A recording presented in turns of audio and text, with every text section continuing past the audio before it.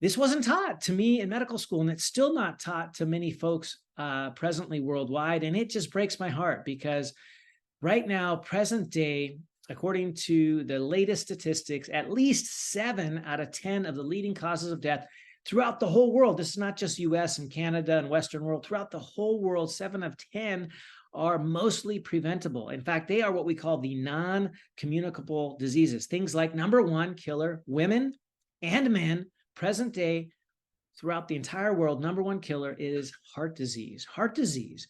And heart disease is largely preventable. Number two killer, stroke. Number three, lung disorders like COPD, for example. 1, 2, 3, boom. Those are the most common causes of death right now in the world, and they are all largely preventable. The others, Alzheimer's and the dementias, is one of the top 7 of 10. Diabetes, kidney disease, these are also largely preventable. And so I can't get into this I just really want this to hit home. What's interesting right now, present day, in fact, this started about 5 or 6 years ago, which is not awesome. It's not something we should be proud of. I'm definitely not. In fact, I'm kind of appalled by it. It's the fact that the human life expectancy right here at home in the United States of America is going down and has been going down each and every year for about the last 5 to 6 years, even prior to COVID. COVID didn't help, of course, because it caused those who already had significant illnesses, health challenges, comorbidities, it caused them to die sooner, and also the elderly. And they just exaggerated this statistic, but it was already changing and going down. Our life expectancy was already going down prior to COVID, which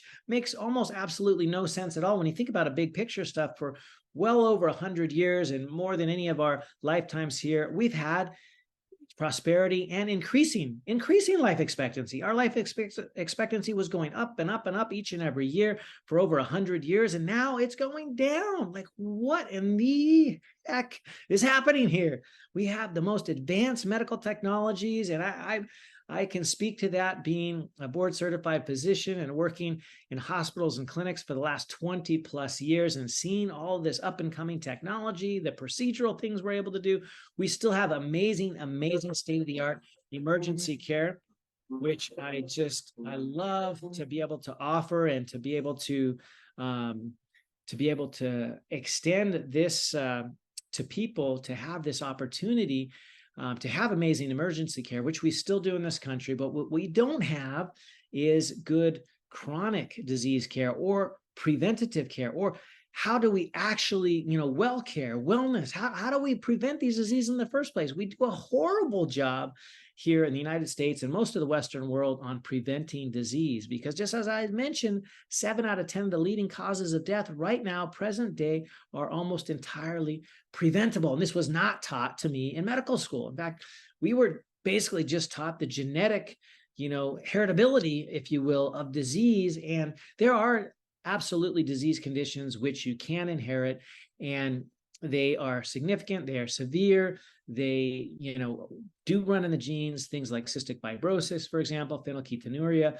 There's many that do have a strong genetic component, but the overwhelming majority of what kills us, and I just listed to you 7 out of 10 of the leading causes of death, none of these are really genetic. These are basically environmental. These are choices we make, what we do or what we don't do in our exposures, our environment, this is the strongest predictors of disease. Because let's just think about this right now. If we look at our human DNA, in fact, this has been done in the last decade. We've been able to basically sequence the entire human genome, right? The Genome Project.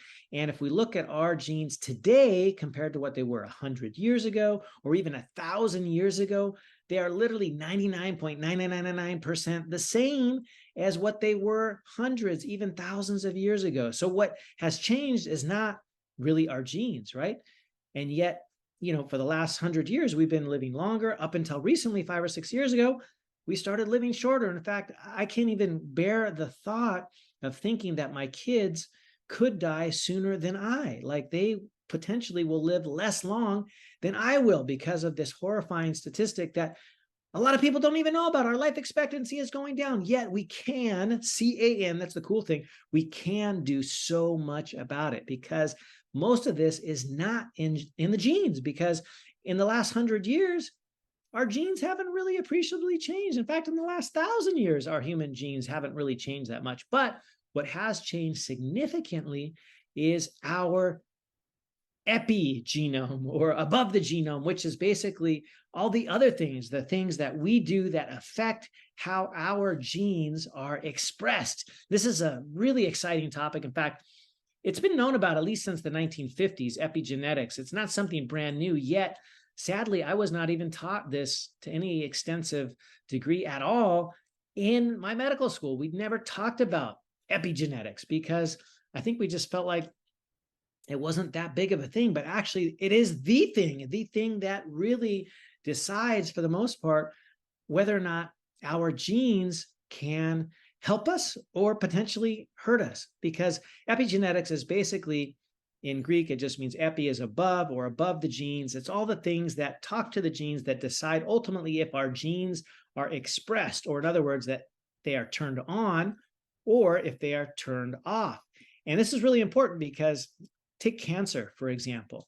If we have what's called an oncogene, that's a cancer promoting gene potentially, like many of you have heard of certain genes out there like the BRCA1 gene or the BRCA, the breast cancer gene, that does definitely cause a predisposition to breast cancer, although it's not 100%. There are women who live a healthy, good, long life who never get breast cancer who have this BRCA gene. And why is that? Because they have turned off this cancer promoting or oncogene with a process potentially that we can affect with our lifestyle. Our lifestyle can be super powerful because it gets to affect whether genes are turned on. Like if we have a breast cancer gene, BRCA1, for example, and that's turned on, we'll potentially get breast cancer. If it's turned off, hopefully we won't. Also, with respect to cancer, there are other sort of tumor suppressor genes, if you will, that we actually want turned on because we want to suppress tumors. Because all of us right now, whether we want to believe it or not, we literally have cancerous cells in our body. That is really, really common that we have some, but they're at a low level and our body basically fights them off, kind of like an infection. It gets rid of them.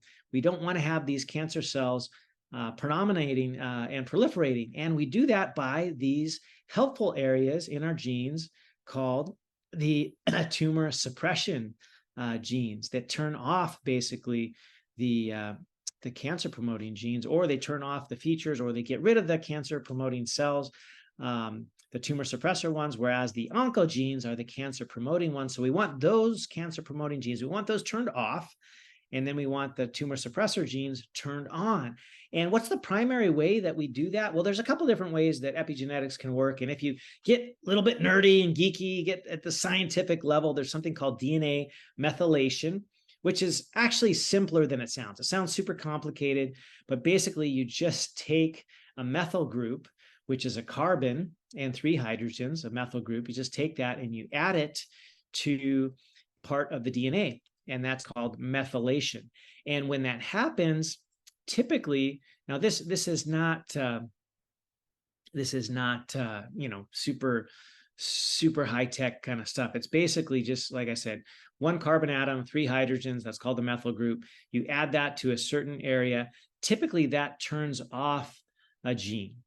And then when a gene is turned off, then you don't have what's called transcription, and later down the line, translation. So you're not actually making a protein out of that gene. So that's methylation. Methylation typically turns a gene off. And then when you demethylate or you take the methyl group away, then that turns the gene on. So let's say you have a cancer promoting gene, right? A so-called oncogene.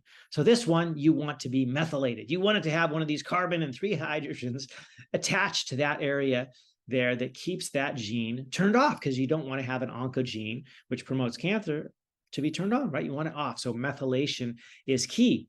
And many of you have heard of this whole methylation issue because there are folks among us that have challenges with methylation. Maybe you've heard of the MTHFR, the the methyl tetrahydrofolate reductase enzyme. And that specifically has to do with folate metabolism, but this whole methylation process, some people don't have it as, should I say, effective as others. And you can actually get this tested. There's several genetic tests that look for this. But one of the things you can do to promote this to occur more easily, the methylation, is by actually having folate in your diet. Like real folate is best, right? If you're going to get it from your darker green leafies like kale or spinach, or the veggies that have that folate in there, that's fantastic. Also adding folate to, for example, a supplement regime, a multivitamin is a great place to get it if it's the actual form that your body can use, right? The methylfolate.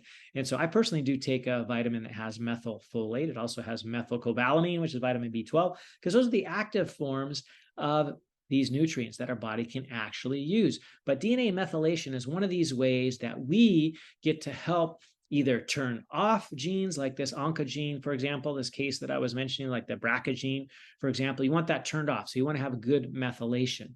Another process is called a modification of the histones. Now, not to get too complicated, but basically, like in the nuclei of cells, that's the center control center, you have DNA, right? And the DNA is typically kind of wound up. It's kind of like a spool of yarn or thread wound up around proteins called histones. The histones would be like the spool, and the DNA is wrapped around it, if you will. And when they're packed together tightly, then typically, the proteins aren't really reading the genes and not accessing them. So that's kind of like a way to turn it off when the histones are packed tightly.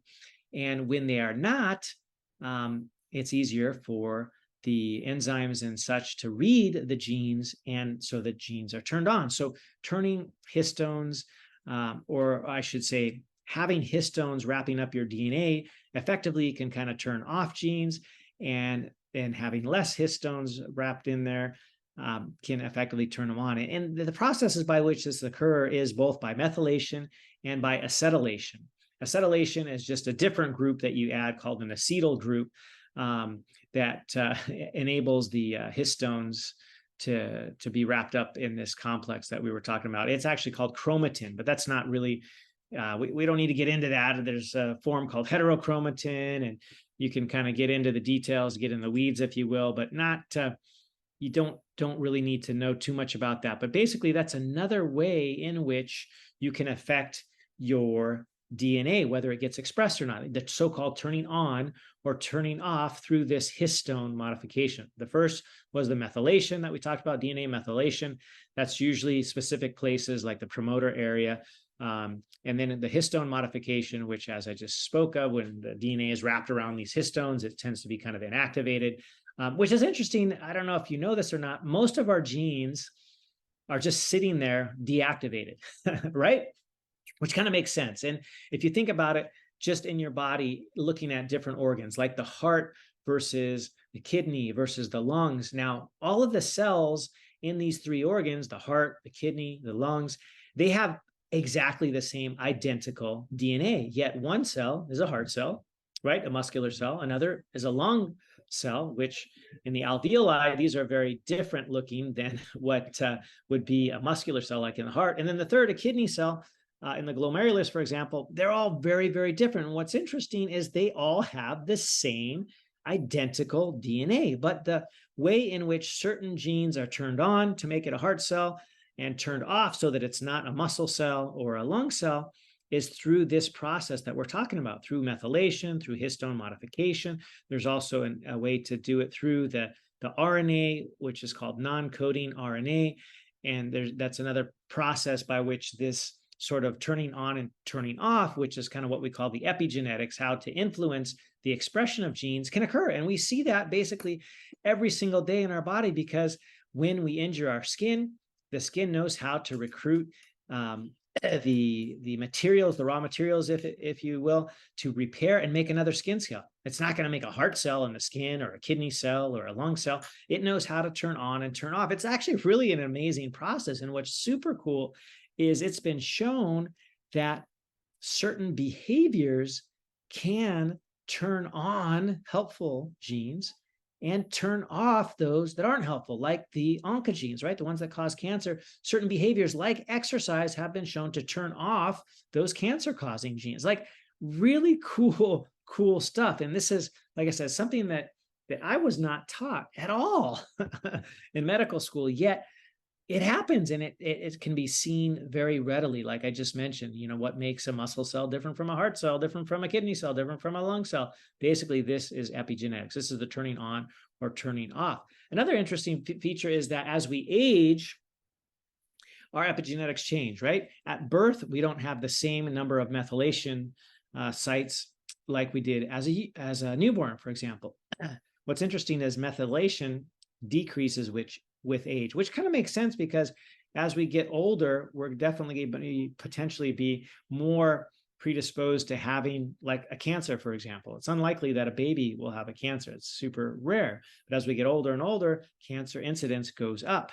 And remember how I said DNA methylation typically turns off genes, like a cancer gene, for example. And as we age, we tend to have less DNA methylation. In fact, one of the most commonly used tests nowadays to sort of measure what we call our biologic age versus chronologic age uses this feature of DNA methylation. And I talked about this a little bit in a previous podcast that I did a while back. So you can take a look at that, where I talk about longevity and how to measure your so-called physiologic age or biologic age versus what we measure every year with birthdays, right? Our chronologic age. And you can actually have, for example, younger physiologic age than your chronologic age.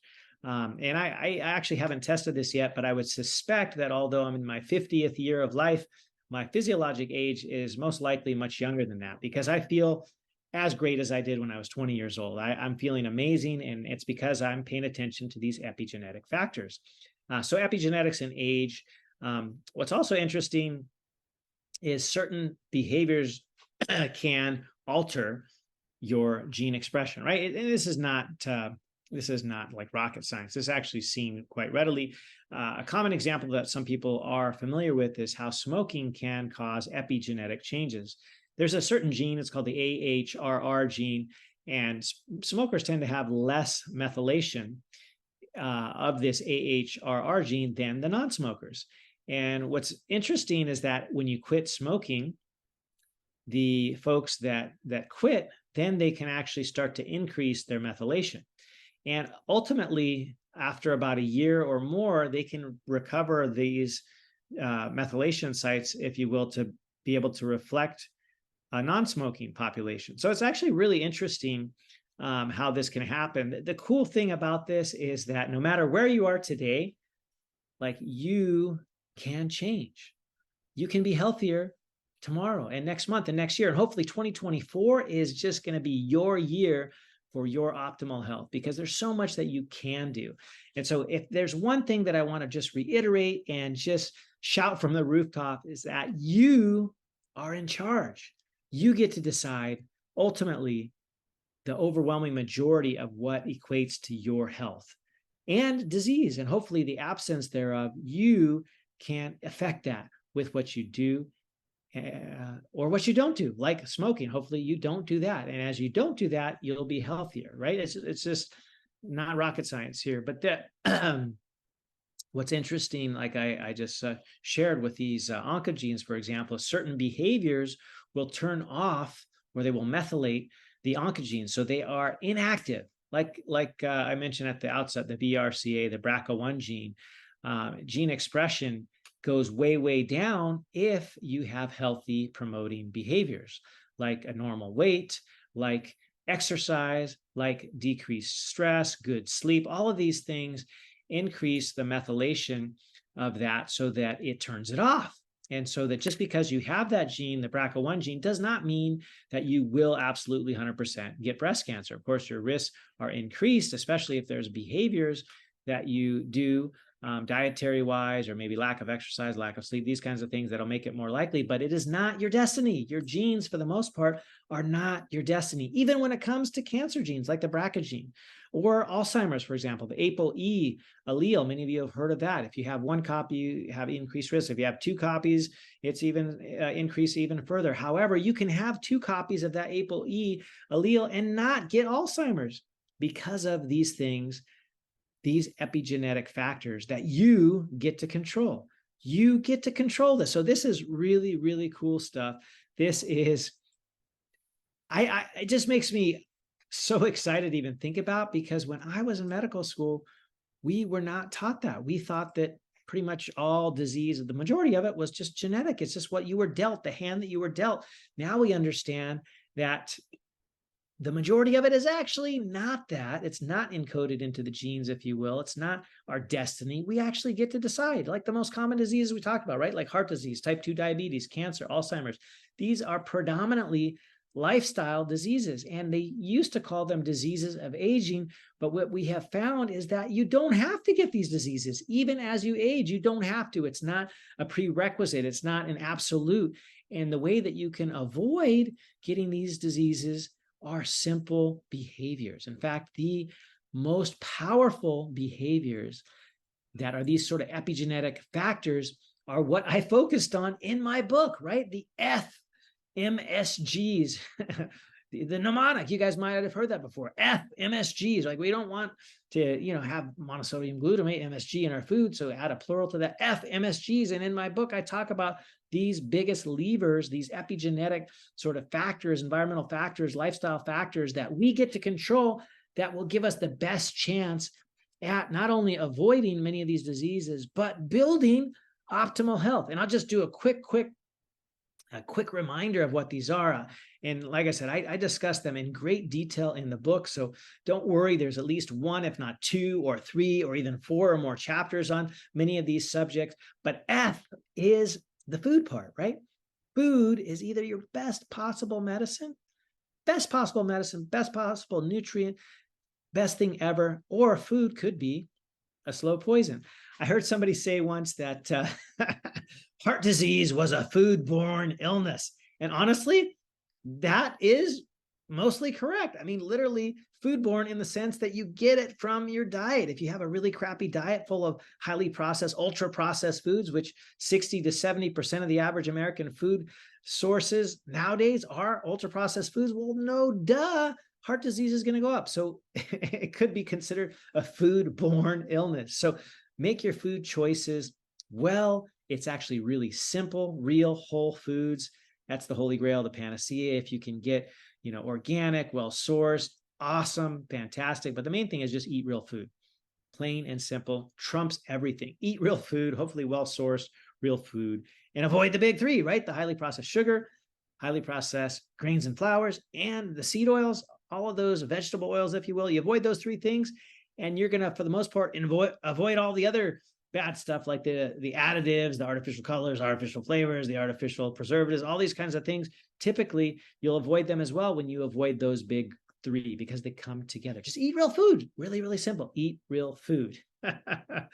F, MSG, and M is movement. You got to move your body each and every day. Like right now, I'm podcasting to you. I'm standing up. I'm waving my hands. I'm dancing. I am moving. I love to move throughout the day as much as humanly possible. If you haven't tried this already, grab a box, put it on your desk. Maybe you need 2 boxes or a stack of books like I often use. Right now, my computer's on a stack of books. Make your desk a standing desk. That is simplest thing ever to increase your movement throughout the day. Get a standing desk, go for a walk 10 minutes after each of your meals. So 2 to 3 times a day, you're moving for 30 minutes right there with a simple walk. Like, so easy. The things are not difficult. Make sure you include 2 to 3 days, hopefully closer to 3 of resistance training or some kind of strength training with body weight. Like I'm doing air squats right now while I'm talking to you, or you can do lunges or burpees or the plank, or you can lift some dumbbells, barbells, whatever, but do something with weights 2 to 3 days a week. Movement is critical. FMS. G, sleep. You can't wait to sleep until you're dead. Like I thought you could, because of that famous Cure 413 Dream song, right? Sleep when you're dead. No, we got to sleep now. We got to sleep, 7 or 8 hours a night, because that's where We refresh the system. We rejuvenate all of the flush of all the toxins. We get rid of that all during the night while we sleep. Effectively, only as we sleep can this process called autophagy and the whole lymphatic system of the brain wash out all those toxins, like those that could be the ones causing Alzheimer's, Parkinson's. That only happens while we sleep. So you got to prioritize sleep.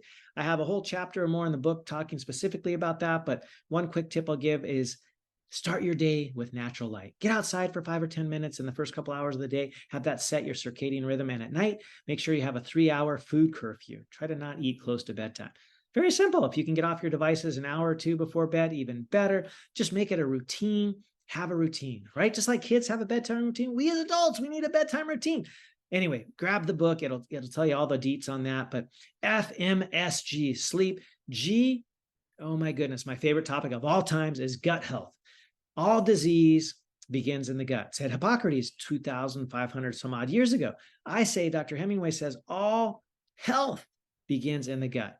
The gut is critical. We got to take care of it. Your so-called gut garden, the gut-brain axis, the connection there, your second brain. I mean, I can't say enough good things. 80% or more of our immune system, like I said, last week's podcast, is located in the gut. So you got to take care of your gut. You want to get and be and sustain optimal health. You can't ignore your gut. If you want specifics on that, grab the book. I have, gosh, I don't know, 100+ pages on gut health. It's just so critical, so key. So many things from the foods we eat, the things that we also need to avoid, both food and other behaviors and things that we need to avoid. Also, I talk about supplements, essential ones that really can help us. All these things are in the book, but you got to pay attention to your gut because they literally outnumber you both in genetic material, the DNA, way more of that. They have way more of that than we do. And also in the numbers. There's trillions and trillions, 30 some odd, 40, 50 trillion of them, and there's less human cells. So we should pay attention. So all health, remember, all health begins in the gut. Next thing, last but not least, stress. That's the second S. FMSGs, plural. S is stress. We got to learn how to optimize stress. And so I spend a chapter or more in the book talking about stress, how a lot of it actually is within our control. We get to decide, right? That famous study, 2012 study of like 800,000 patients where they looked at what was causing these diseases that made people die younger, right? Was it the stress or was it something else? And what was so interesting about this is, right, they asked the folks to rate high levels, medium levels, or low levels of stress, and they predicted that those with the higher levels would die sooner. Well, that did occur in some of them, but only part of those folks that believed that stress, so basically those that had a high level of stress, those that believed that it was bad for them, they said, stress is harmful. Stress is going to give me disease. Stress is going to give me a stomach ulcer. It's going to give me heart disease. It's going to make me die younger of cancer, whatever. Well, they actually did die younger. They had more diseases because they believed it. The second half of those people that had the highest level of stress but did not believe that that was harmful to them, that believed that their stress could actually be a growth experience, health promoting. It could be a challenge, right? The so-called challenge response. Those people actually had a protective effect. Protective. They lived longer. They did not die younger. They did not have as many health challenges and diseases because they did not believe that stress was inherently bad for them. Stress can just be neutral. We get to decide at the end of the day, like Viktor Frankl says, we get to decide, and nobody can take that from us, how we will respond to stress, right? Like Hans Selye says, it's not the stress that kills us, it's how we respond to it. So that's the quick skinny on the FMSGs, which are the most powerful levers in my experience, how we can prevent most disease. Remember, 7 out of 10 of the leading causes of death are preventable. And we can use this to our advantage, the epigenetics that we get to control, which can turn off those cancer-causing genes like the oncogenes. It can turn on the tumor suppressor genes and all the other goodness that can happen. There were a few other studies I wanted to share with you, but I just want this to be a brief podcast to get you pumped up for the new year, knowing that you are the most powerful factor. You get to decide, and you've got this. It doesn't matter where you start today or in a couple of weeks, January 1, if you want to make that the day.